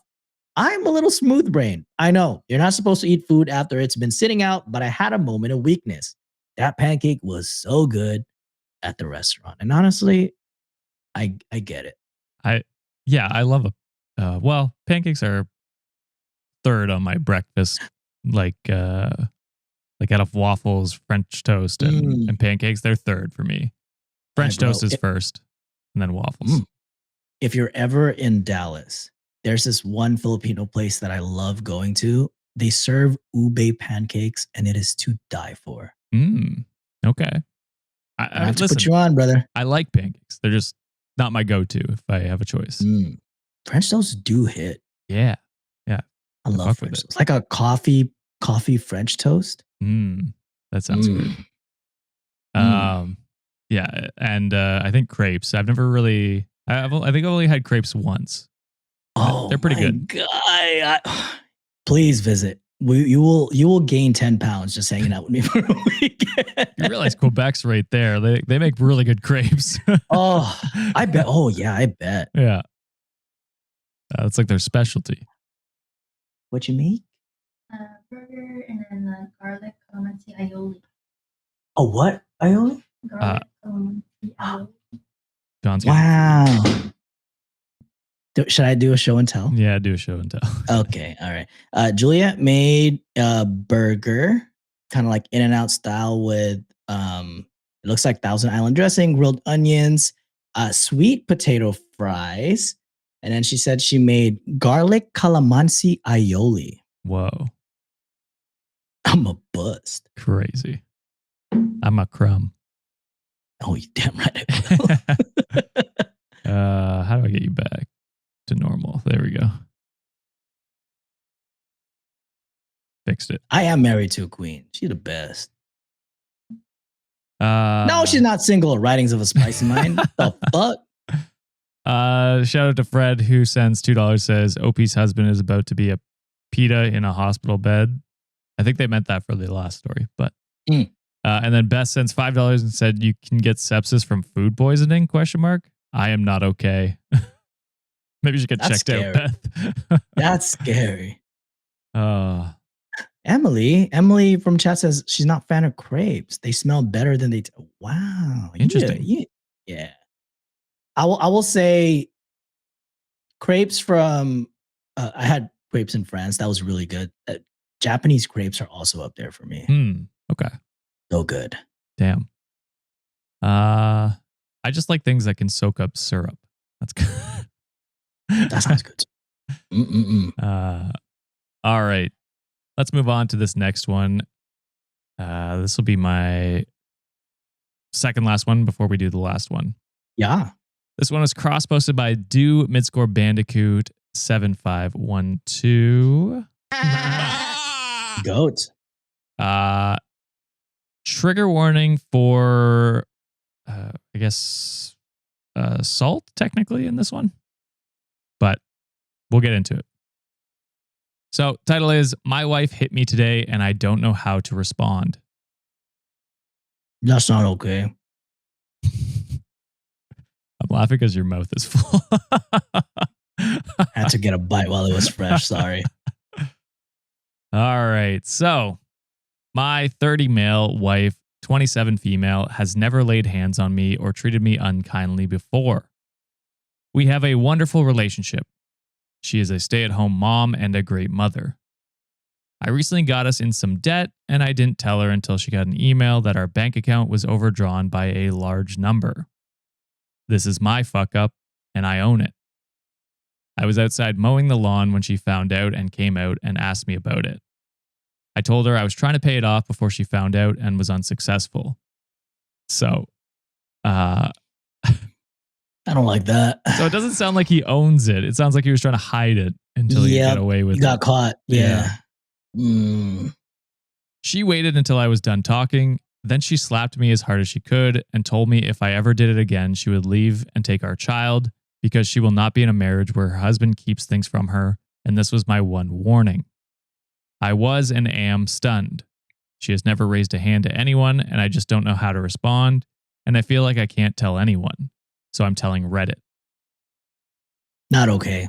Not an okay reaction. I understandably that they were mad, and because financial burden like that or just financial responsibility can ruin lives big time. You know, as someone who was in debt for a really, really long time, I know exactly how that feels. But laying your hands on your partner is never a good reaction, no matter what the situation is. Fair. Which Frozen Foots in our comments said, "Well, I don't condone violence. I wouldn't be fucking apologetic if my spouse gambled away all of our savings and then some more." And so that gets us into OP's comments here, which OP said, "For those asking, I gambled away the vast majority of our savings. That's the account that was severely overdrawn." To which a commenter said, "Jesus Christ, what in the world would possess you to do that?" And OP said, "Drunken cockiness. I'm not going to lie. Stupidity and drunken cockiness." So, look, is he stupid? Fuck yeah. I ain't gonna lie, that slap is a little justifiable for me, in my opinion, but I would never condone that shit because it's like, you know, I get it. I get why that would be the reaction, but it's a big no-no for me, laying your hands on your partner. For sure. I get where the anger is from, but like, yeah, don't touch your partner. You should leave him though, because it sounds like he's not good. Yeah, because he's easily. It sounds like he has like a problem where he gets too drunk and too overzealous that he's willing to gamble your whole life away. You have a family. Seems like you guys have a house, a kid together. Mm-hmm.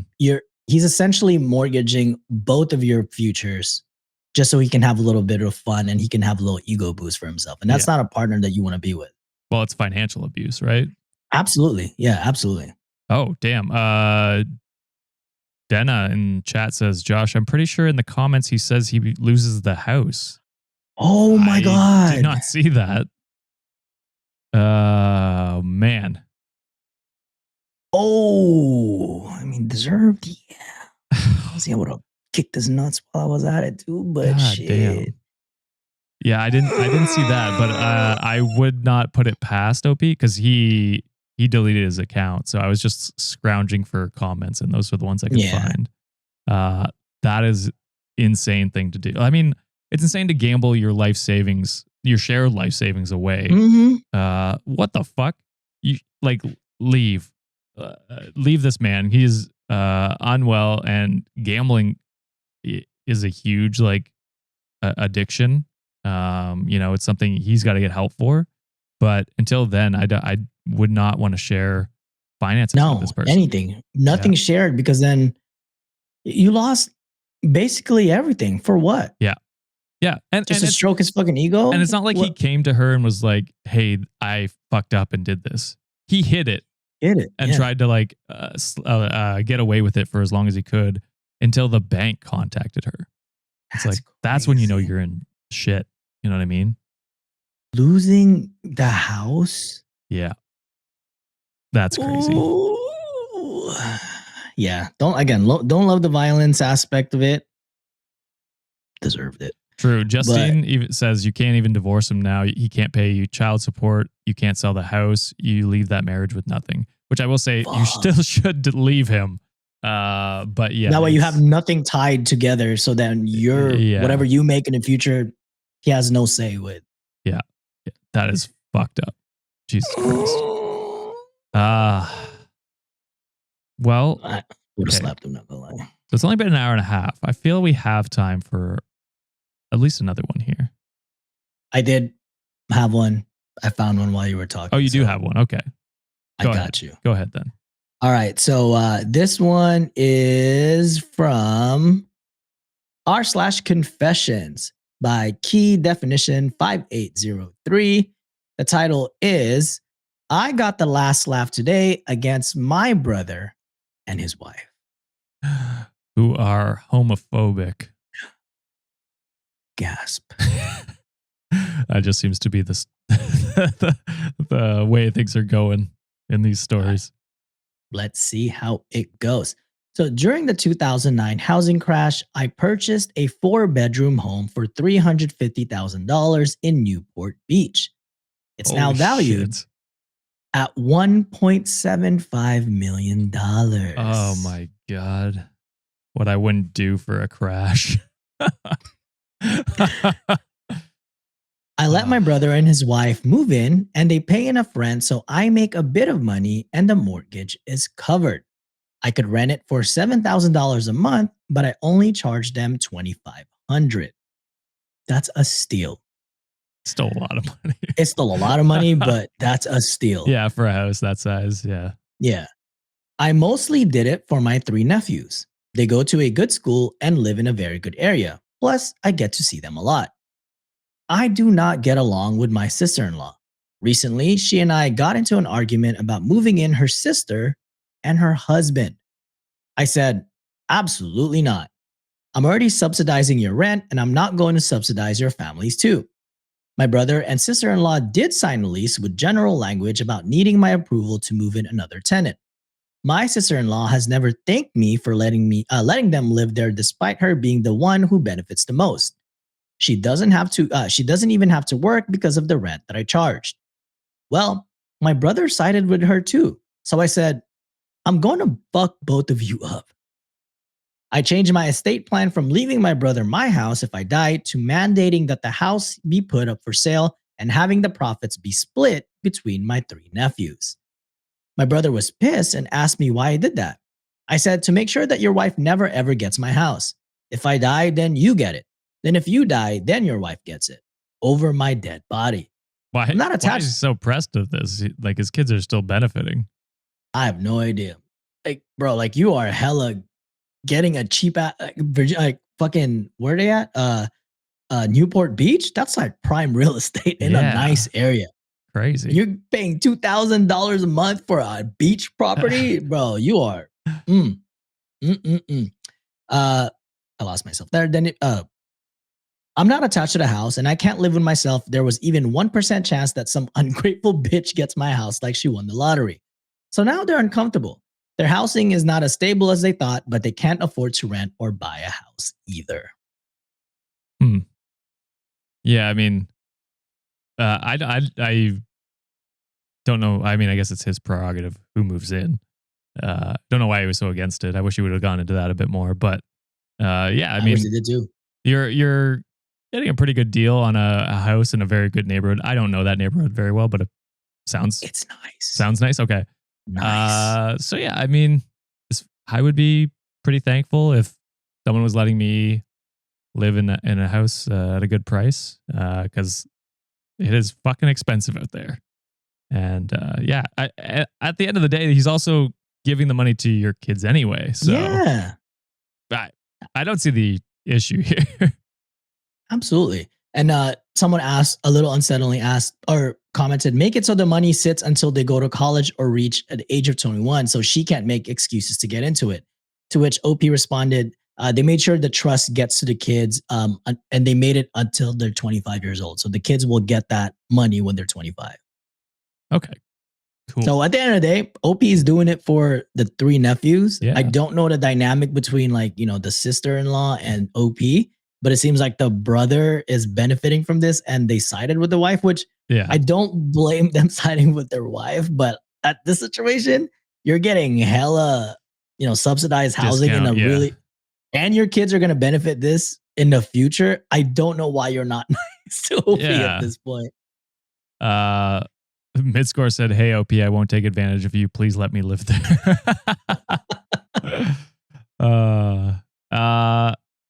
And then shout out to Zanfred, who sends $20, says, Josh, I beg you, please say crepe in French. Ooh. I don't actually know how that would be pronounced. I apologize. Crap. I don't know. That one I didn't learn in grade 9 French. You took French, right? Until grade 9. It's like Spanish, I imagine, there. Where you have to take it up to a certain point. I only remember how to go to a library and how to dance. Those are the only 2 sentences I ever know. La bibliothèque? Yeah. ¿Dónde es la biblioteca? And ¿quieres bailar? The only Spanish I know is from Community. ¿Quieres bailar did me justice back in the day, bro, when I was single. Beth sends $1. Thank you, Beth. And then Lena sends €6. Says, every week I look forward to this Wednesday stream. Just wanted to say thank you for making my week so much easier and enjoyable. Well, thank you, Thank you, Lena. Appreciate you. Okay. So I do have one that is the shorter one. Okay. To end off the stream. This one is posted by Violet the Purple. Title is, we took in the, quote, worst dog the shelter had. So, our last foster had gotten adopted, so we went to the shelter for another one and asked which one needed the most help. The staff introduced us to a white young adult pitty named Mo. He came to the shelter from a hoarding case as a puppy with mange. His leg also hadn't developed properly, likely due to growing up in a cage. His mange had been cured, but his behavioral issues needed work. He had been at the shelter for 6 months.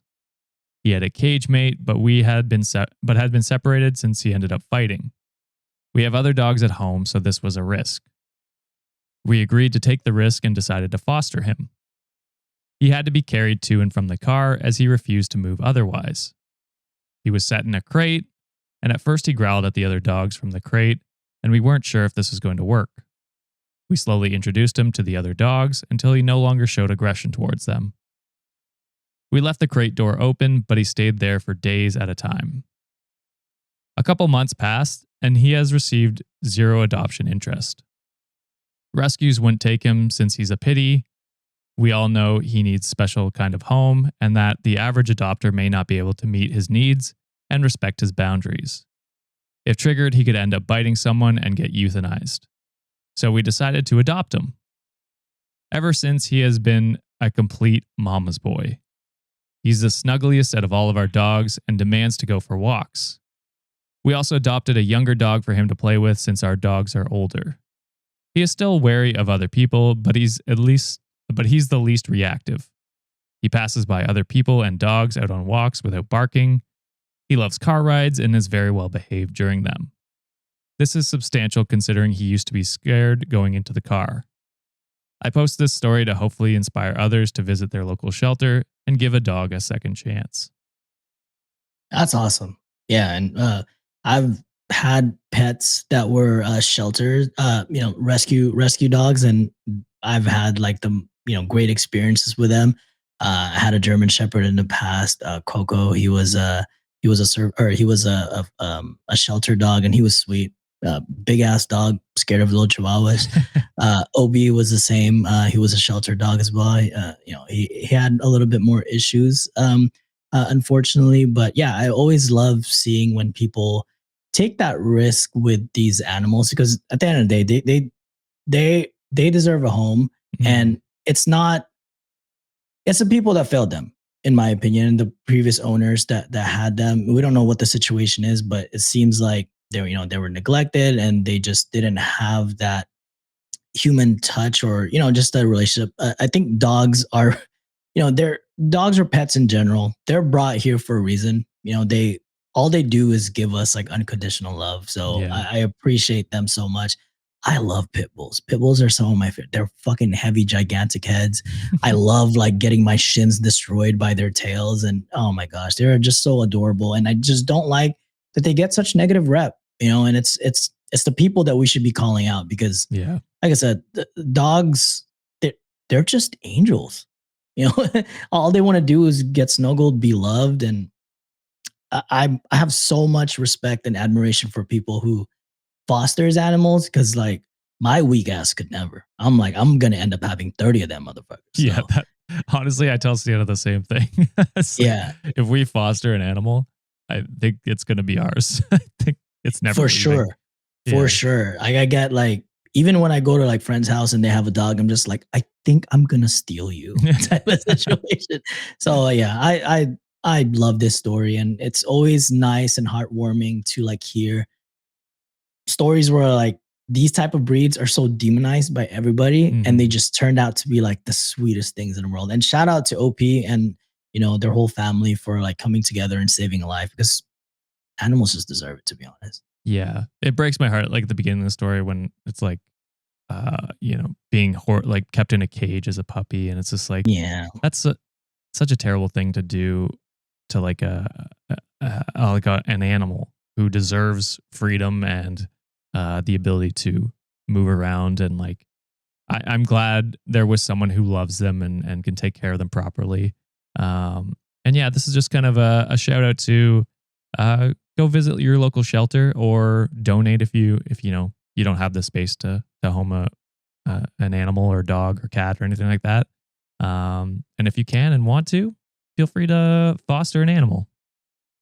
I was gonna say, and I used to do this all the time too. I used to work a lot with like the Kansas Humane Society. Even if you are unable to like adopt a dog, there are like times where you can register just to socialize them. You can take them out for like a walk around the facility, so that way they can get used to like human interaction. So when there's people that are visiting and wanting to see like how they fit with humans, like they already have those skills. They're like, oh my gosh, like I get to hang out with somebody.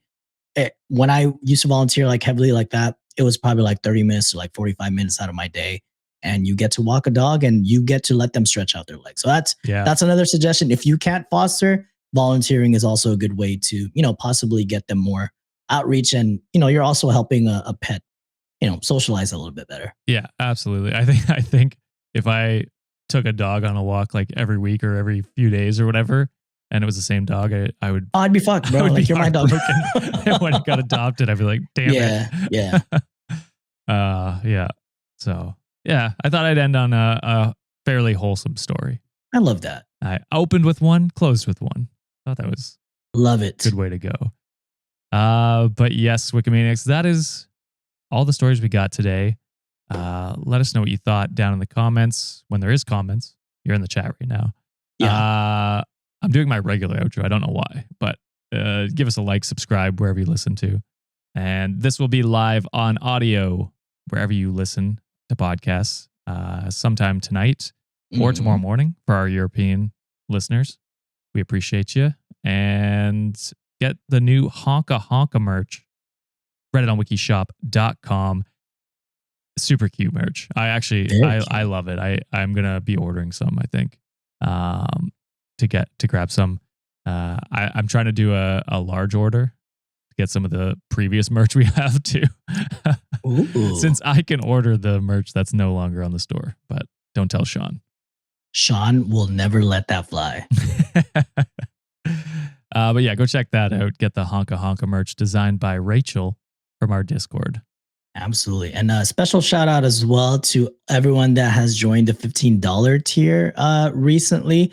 We did add another option for you guys, WikiManiacs. Remember, one of the perks of being a $15 tier patron is you'll be able to listen to those live call-in episodes. Again, you don't have to be a patron to participate on those calls, but if you want to listen and hear other stories as well, that's going to be behind a paywall. We got to do it for Sean, you know what I'm saying? And Josh here discovered another technology. If you want to leave us a voicemail of your story, where we will be reacting during those live streams, they will be linked in all our show notes. It's also up in our link tree, and you can find it wherever, and you'll be able to leave your message there, and then we will react to those stories once we do those call-in live streams.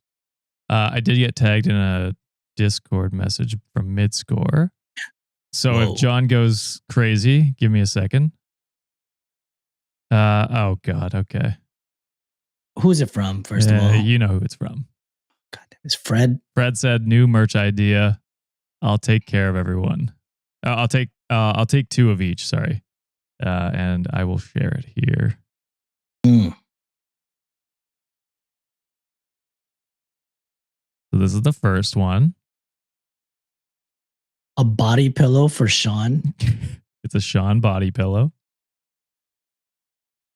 That's wild. That boy's gonna lock his freaking Fred, you know what's funny? Every time you damn comment on all my TikTok posts, all your shit as in like a reviewed, like, should I even let this person what the hell did you do for all your comments to be on the reviews, Fred? You know what Fred did. You unhinged. But that's not all, John. That's not all. We got another body pillow. This one of me. All right. Give me 2. Jesus Christ. I don't know why I'm the only shirtless one in this. And then the last one here. John looking good in his Sun jersey. Not as good as Josh shirtless, baby. Yeah, he did crop Sienna. You're right. Asshole. Sienna is over here in this picture on my Instagram. Put the werewolf head in there. It might unlock something in me. And then he's got him mocked up with this random person. Jesus, Nancy will probably stab that girl. Well, there's mine. That's worse. It's on my crotch. Whoa. This is crazy. Oh, yours on the thigh. Hey, crazy. yo. All right. Well, Freddie, you got something. Thanks for that, Fred. Yeah. Like if you end up seeing like your shit not being able to see any of our posts, Fred, you know what you did. All right, WikiManiacs. With that, we'll close out the episode. We appreciate you sticking by us for the live stream. We will be. Don't buy that merch. Fred will be sticking something else on, and I'm scared. I'm scared. But I believe we're doing our first gaming stream next week for the $15 tier patrons. Yes, we'll be doing that. And next Wednesday, we will also be doing our, is it $10 and up? Yes. $10 and up live stream with Sean, because you know your boy doesn't show up unless he's being paid. Yep. So if you're a patron, we'll see you for that one. For everyone else, we'll see you on Friday. Bye. Bye.